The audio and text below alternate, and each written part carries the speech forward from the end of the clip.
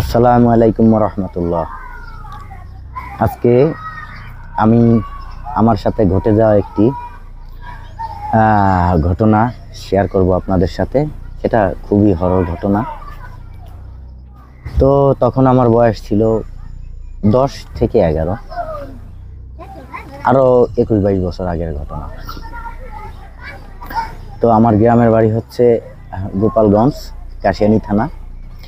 গ্রামের নাম হচ্ছে ফুকরা। আমার ফুকরা গ্রামেই ঘটে যাওয়া ঘটনাটা। তো সেটা ঘটে যাওয়া আমার নিজের আপন চাচাতো ভাইকে নিয়েই।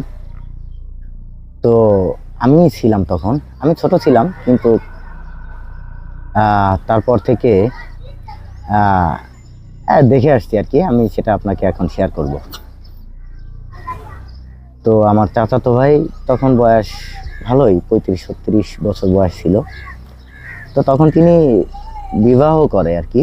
তো বিবাহ করার পরে তেনার একটু সমস্যা থাকার পরে তো তিনার বাবা মা তেনাকে ডাক্তারের কাছে নিয়ে যায়। তো বিয়ের আগেই তিনি একাই মানে আপনার হাত গুনতো। সবাই মনে করতো যে হয়তো কোনো সমস্যা আছে। তো বিবাহ করার পরে তেনার ওয়াইফকে বলা হয়েছিল, মানে ডাক্তারে বলছিল ওষুধ খাবে 3 মাস। তো 3 মাস ওষুধ খাওয়ার জন্য তেনার বউকে দিয়ে আসা হয় তেনার শ্বশুর বাড়িতে। তো উনি অনেক দিন ধরে এরকম আছে, গম্ভীর থাকে, কারোর সাথে কোনো কথাবার্তা বলে না। রাত্রে 12টা নাই 1টা নাই বাড়িতে আসে। তো একদিন হঠাৎ উনি ওনার আম্মাকে বলছে যে, আম্মা আপনি আমার স্ত্রীকে এনে দেন। তো ওনার মা বলছে যে, তোর তো এই সমস্যা, তো এখন কিভাবে আনা যাবে। তা উনি একটু রাগ হওয়ার পরে, মানে আর কি চাচাতো ভাই রাগটা হয়েছে আর কি।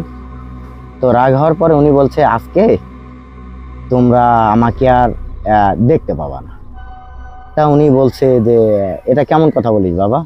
তা সবাই বলছে যে হয়তো রাগ টাগ করে বলছে। তো হঠাৎ গরমের দিন আমাদের গ্রামে কেলাই লাগায়, সেই কেলাই আর কি সবাই উঠাইছে, ঘরে আনতেছে ফসলটা। তো উনি খুব কৃষি খামারে খুব মানে কৃষি কাজ করতো, খুব ভালো মানুষ ছিল, সোজা সরল একটা মানুষ। তার সাথে এত কথা বলতো না। পড়াশোনা বেশি করে নাই কখনো, এই জন্য আর কি মানে নিজের মন মতো থাকতো আর কি। তো একদিন রাত্রে, তখন প্রায় রাত 12:15 বাজে। তো আমার বড় কাকি এসে আমাকে বলছে যে, বাবা রে, আমার চাচাতো ভাইয়ের নাম হচ্ছে শহীদুল আর কি। তো তাকে তো পাওয়া যাচ্ছে না। তো আমি উঠছি, উঠার পরে আমার বাবা উঠছে, সবাই উঠছে, গ্রামের মানুষ। তখন বিদ্যুৎ ছিল না, টর্চ লাইট বা আপনারকে যেটা বলা হয় কুপি, এগুলো জ্বালিয়ে আর কি ওনাকে খোঁজা হচ্ছিল। তবে কুপি, টর্চ লাইট এগুলো দিয়ে খোঁজাখুঁজি করছে। তো হঠাৎ আমার বাবা আমাকে বলছে, আমি তো ছোট, তা দুষ্ট ছিলাম, তো সব জায়গায় যেতাম আর কি। তো একটা টর্চ লাইট নিয়ে আমি এবং আমার যে ওনার ভাই, সে ভাইয়ের বড় ভাই, দুজনে মিলে আমার দাদার কবর এবং আমার দাদির কবর যেখানে, ওখানে একটা আম গাছ আছে, অনেক আম ধরছে আর কি। তো সেই আম গাছটার ওখানে যখন গেছি, দেখলাম লাইট মারার সাথে সাথে ওনাকে দেখলাম, উনি গাছে ঝুলে আছে, কিন্তু পা মাটিতে ওনার, কিন্তু উনি তখনও জীবিত আছে।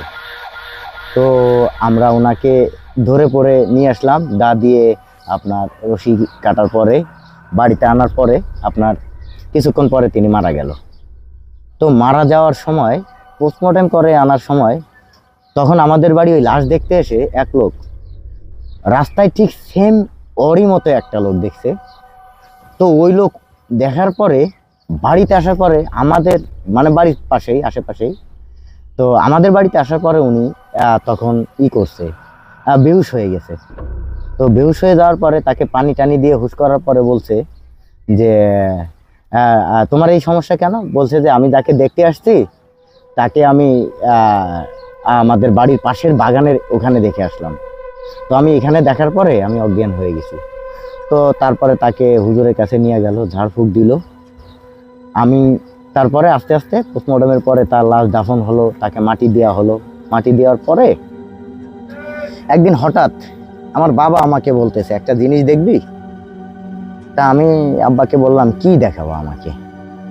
তা বলো যে তুই তো ছোট, তারপর আমি সাথে থাকলে আমাদের গ্রামে আবার বলে যে হারিকেন, যেটাকে বলে হারিকেন এবং টর্চ লাইট। হারিকেন বাসায় জ্বালানো থাকে, বাবার হাতে একটা ব্যাটারি, 3 ব্যাটারি একটা টর্চ লাইট আছে।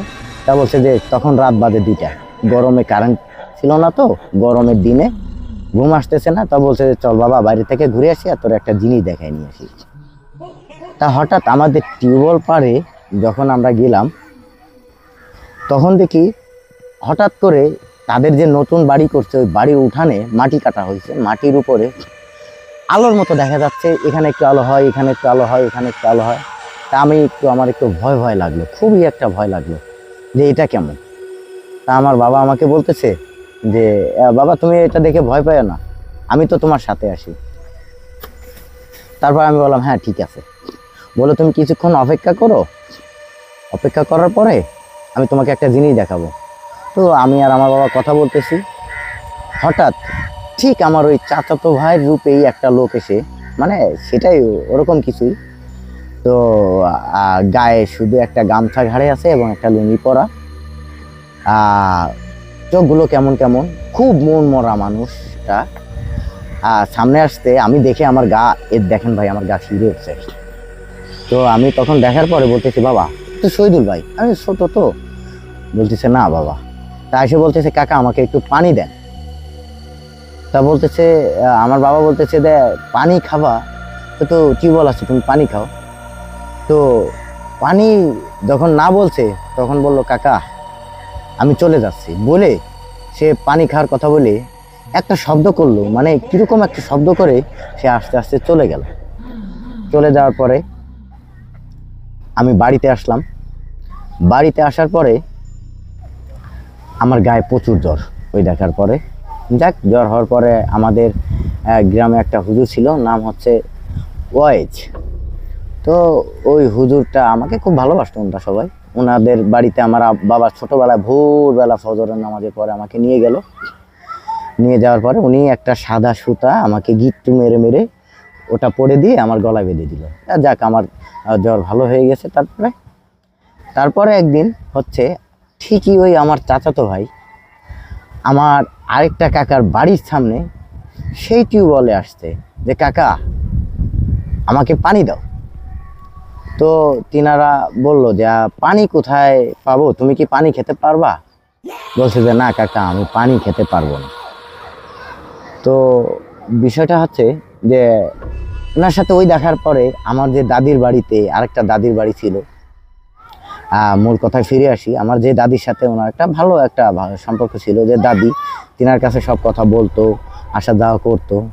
তো একদিন হঠাৎ ওনাকেও উনি এরকম দেখা দিছে।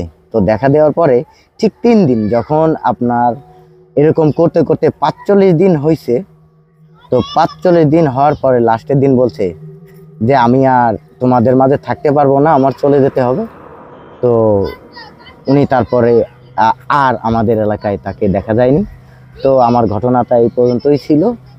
তো আশা করি আপনাদের সবাই ভালো লাগবে। তো তারপরে আমরা এ থেকে মানে ঘর থেকেই বেরোতাম না ভয়তে, মানুষ ওই ভয়ে কেউ ঘর থেকেই, গ্রামের মানুষ ভয়তে বেরোতো না। আর তারপরে থেকে আর এরকম কোনো ঘটনা ওখানে ঘটেনি। এ পর্যন্তই আমার ঘটনা ছিল আর কি। যদি আপনাদের আমার এই ভিডিওটি ভালো লেগে থাকে তো আপনারা লাইক, কমেন্ট এবং শেয়ার করবেন। আপনাদের সবাইকে ধন্যবাদ।